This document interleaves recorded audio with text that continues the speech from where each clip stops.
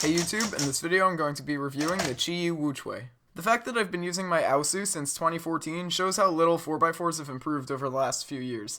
But QiYi finally released a 4x4 that many people claim to be an Aosu killer. So does the WuQue live up to this expectation, and do I recommend it? Let's find out.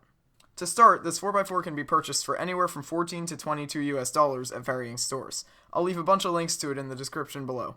It's 62mm in size, which is standard for a 4x4. When I first unboxed this cube in the library, it was good and it had a generally smooth feeling, but it was far from taking the place of my Aosu.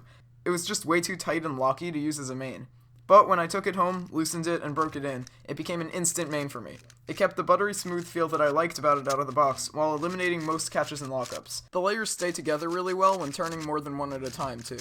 In fact, it almost immediately dropped my average from 55 seconds with the Aosu to about 49 to 50, which is an insane jump for doing nothing but buying a new cube. It's not completely perfect though, there are some weird things about it that you don't see on other cubes. For example, the corner cutting is decent at about a piece on the outer layers and half a piece on the inner layers, but sometimes when I even cut small amounts, it feels like I'm breaking the cube. A couple pieces will come out of alignment just a little bit, and it feels like I'm pulling on certain parts of the cube so much that it'll snap. It's a really weird phenomenon that I haven't seen on any other cubes that I can recall, but it's definitely something I've noticed.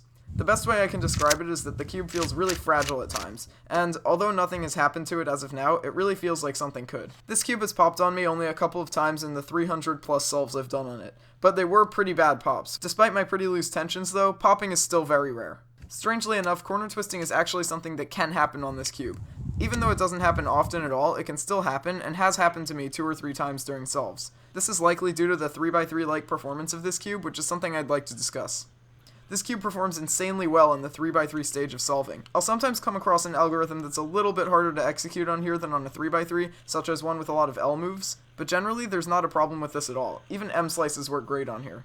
Overall, I definitely recommend this 4x4 to anyone looking for a first 4x4 and to world-class solvers alike.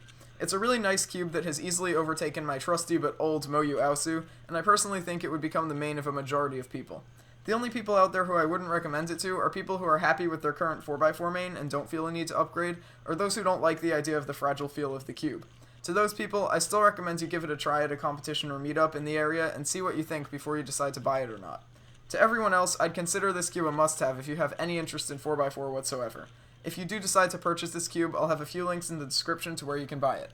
So that's about it, thanks for watching, and I'll see you on my next video.